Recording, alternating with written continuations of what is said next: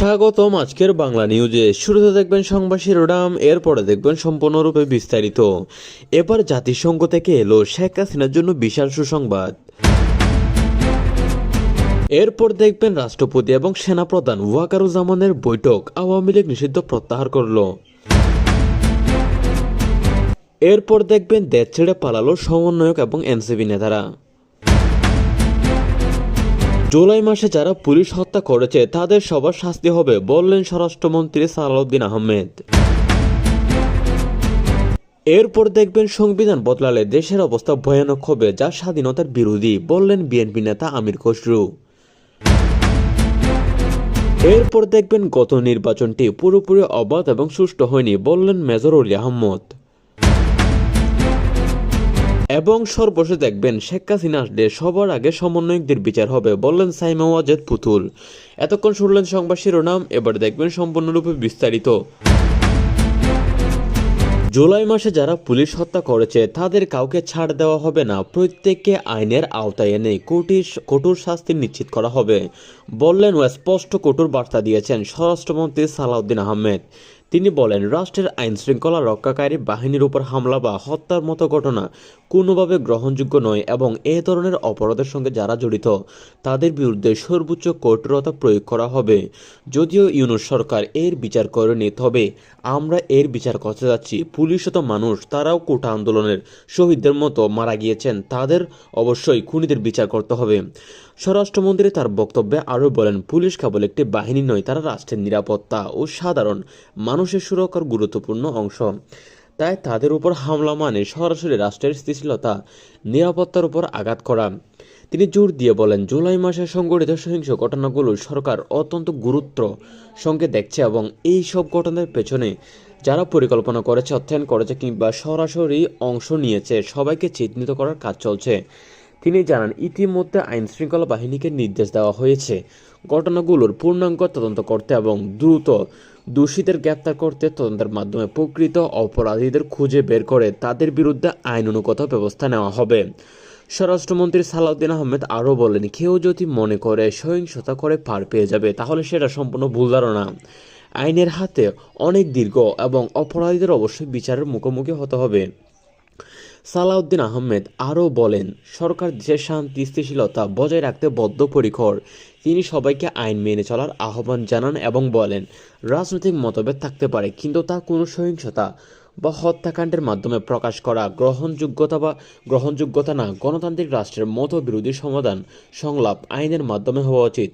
উল্লেখ্য, 2026 সালে জাতীয় নির্বাচনের পর বিএনপি থেকে স্বরাষ্ট্রমন্ত্রীর দায়িত্ব পেয়েছেন সালাউদ্দিন আহমেদ। দায়িত্ব গ্রহণের পর থেকে তিনি আইন শৃঙ্খলা পরিস্থিতি স্বাভাবিক রাখা, সহিংসতা দমন এবং অপরাধীদের বিরুদ্ধে কঠোর অবস্থান নেওয়ার কথা বারবার উল্লেখ করে আছেন।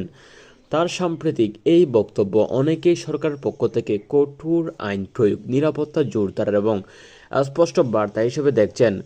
সব মিলিয়ে জুলাই মাসে সংঘটিত পুলিশ হত্যার ঘটনাকে কেন্দ্র করে স্বরাষ্ট্রমন্ত্রীর এই কঠোর অবস্থান দেশের রাজনৈতিক নিরাপত্তা পরিস্থিতি নিয়ে নতুন করে আলোচনার জন্ম দিয়েছে। এখন সবার নজর রয়েছে তদন্ত কত দ্রুত এগোয়, দোষীরা কত দ্রুত আইনের আওতায় আসে এবং সরকার ঘোষিত কঠোর অবস্থান বাস্তবে কতটা কার্যকর বা বাস্তবায়িত হয়। কারণ জুলাইকে স্প্লিট করে গত 2 বছর ইউনূস সরকার অর্থাৎ অন্তর্বর্তীকালীন সরকার ক্ষমতা ছিল, তারা কিন্তু কোনো পুলিশ হত্যার বিচার করেনি, শুধুমাত্র জুলাই হত্যাকারীদের বিচার করেছে, যেখানে অনেক পুলিশ নিরীহভাবে ফেঁসে গিয়েছেন। তাই সালাউদ্দিন আহমেদ স্পষ্ট বলেন, এবার কিন্তু তা হবে না, অর্থাৎ এবারে কিছুটা পরিবর্তন হবে, পুলিশের খুনিদেরও বিচার হবে। অপরদিকে সংবিধান পরিবর্তনের যে কোনো উদ্যোগ দেশের জন্য ভয়ানক পরিণতি ডেকে আনতে পারে, এটি স্বাধীনতার মূল চেতনার বিরোধী হবে, এমন কঠোর ও স্পষ্ট বক্তব্য দিয়ে বিএনপি নেতা আমির খসরু মাহমুদ চৌধুরী তিনি বলেন, বাংলাদেশের সংবিধান শুধু একটি আইনগত নথি নয়, এর দেশের স্বাধীনতা সংগ্রাম, মুক্তিযুদ্ধের চেতনা এবং গণতান্ত্রিক কাঠামোর ভিত্তি। তাই রাজনৈতিক স্বার্থ বা সাময়িক সুবিধার জন্য সংবিধান পরিবর্তনের চেষ্টা করা হলে তা দেশের ভবিষ্যতের জন্য মারাত্মক ক্ষতিকর হতে পারে। আমির খসরু আরও বলেন, সংবিধান এমন একটা দলিল যা রাষ্ট্রের মৌলিক কাঠামো, নাগরিক অধিকার এবং গণতান্ত্রিক ব্যবস্থার ভিত্তি নির্ধারণ করে। এটা পরিবর্তন করার আগে জাতীয় ঐক্যমত, জনগণের মতামত এবং সাংবিধানিক প্রক্রিয়ার প্রতি পূর্ণ সম্মান দেখানো জরুরি। তিনি সতর্ক করে বলেছেন, যদি কোনো এক পক্ষ একতরফাভাবে সংবিধান পরিবর্তনের চেষ্টা করে তাহলে তা দেশের রাজনৈতিক স্থিতিশীলতা নষ্ট করবে এবং জনগণের মধ্যে গভীর বিভাজন তৈরি করতে পারে। তিনি উল্লেখ করেন, স্বাধীনতার মধ্যে অর্জিত রাষ্ট্র ব্যবস্থাকে দুর্বল করার ক্ষমতা কোনো পদক্ষেপ জনগণ কখনো মেনে নিবে না। তার মতে সংবিধানকে কেন্দ্র করে কোনো ধরনের বিতর্ক বা পরিবর্তনের উদ্যোগ নেওয়া হলে তা অবশ্যই গণতান্ত্রিক পদ্ধতির সংসদীয় আলোচনা এবং জনগণের মতামতের ভিত্তিতে হওয়া উচিত। অন্যথায় এটি স্বাধীনতার মূল আদর্শ এবং দেশের গণতান্ত্রিক ভবিষ্যতের জন্য বড় হুমকি হয়ে দাঁড়াতে পারে।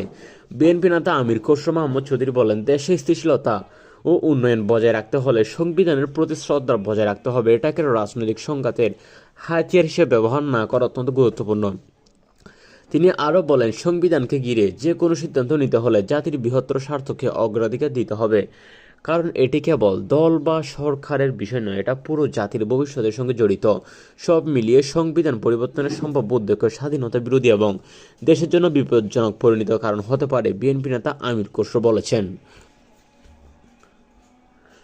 অপরদিকে গত জাতীয় নির্বাচন পুরোপুরি সুষ্ঠু ও অবাধ হয়নি এমন মন্তব্য করেছেন বীর মুক্তিযোদ্ধা ও এলডিপি নেতা অলি আহমেদ। তিনি বলেন, একটি গণতান্ত্রিক রাষ্ট্রের নির্বাচন হচ্ছে জনগণের মতামতের প্রকাশের সর্বোচ্চ গুরুত্বপূর্ণ মাধ্যম, কিন্তু যখন সেই নির্বাচনের পরিবেশ নিয়ে প্রশ্ন উঠে যায়, জনগণের আস্থা পুরোপুরি প্রতিষ্ঠিত হয় না, তখন সেটি দেশের গণতান্ত্রিক প্রক্রিয়ার জন্য উদ্বেগজনক হয়ে দাঁড়ায়। তার মতে গত নির্বাচনে এমন কিছু পরিস্থিতি ও ঘটনা দেখা গিয়েছে যার কারণে অনেকের মনে নির্বাচনে তৈরি সন্দেহ অসন্তোষ হয়েছে। অলি আহমেদ আরও বলেছেন, তখন অত্যবহ হয় যখন সব রাজনৈতিক দল সমান সুযোগ প্রতিদ্বন্দ্বিতা করতে পারে এবং সাধারণ ভোটাররা নির্ভয়ে তাদের ভোটাধিকার প্রয়োগ করতে পারেন। তিনি উল্লেখ করেন, যদি নির্বাচন পরিবেশ নিয়ে প্রশ্ন থাকে, তা জনগণের অংশগ্রহণ সীমিত হয়ে যায়, তাহলে সেই নির্বাচন পুরোপুরি গ্রহণযোগ্যতা পায় না। তার মতে একটি শক্তিশালী গণতন্ত্র গড়ে তুলতে হলে নির্বাচনকে অবশ্যই স্বচ্ছ, নিরপেক্ষ, সবার জন্য সমান সুযোগ সুবিধার পরিচালনা করতে হবে।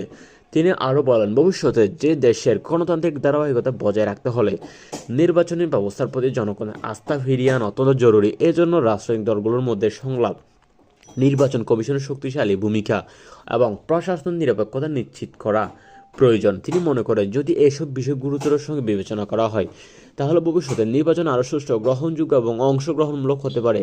বীর মুক্তিযোদ্ধা অলি আহমেদ বলেন, গণতন্ত্রের শক্তি নির্ভর করে জনগণের অংশগ্রহণ এবং বিশ্বাসের উপর। তাই নির্বাচনী প্রক্রিয়াকে এমনভাবে গড়ে তুলতে হবে যাতে সাধারণ মানুষ মনে করেন তাদের ভোটের মূল্য রয়েছে এবং সেই ভোট দেশের ভবিষ্যৎ নির্ধারণে গুরুত্বপূর্ণ ভূমিকা রাখে। তিনি আশা প্রকাশ করেন, আগামী দিনের রাজনৈতিক দল ও রাষ্ট্রের দায়িত্বশীল প্রতিষ্ঠানগুলো একই সঙ্গে কাজ করে এমন একটা নির্বাচন ব্যবস্থা গড়ে তুলবে যেখানে কোনো ধরনের বিতর্ক বা প্রশ্নের সুযোগ থাকবে না।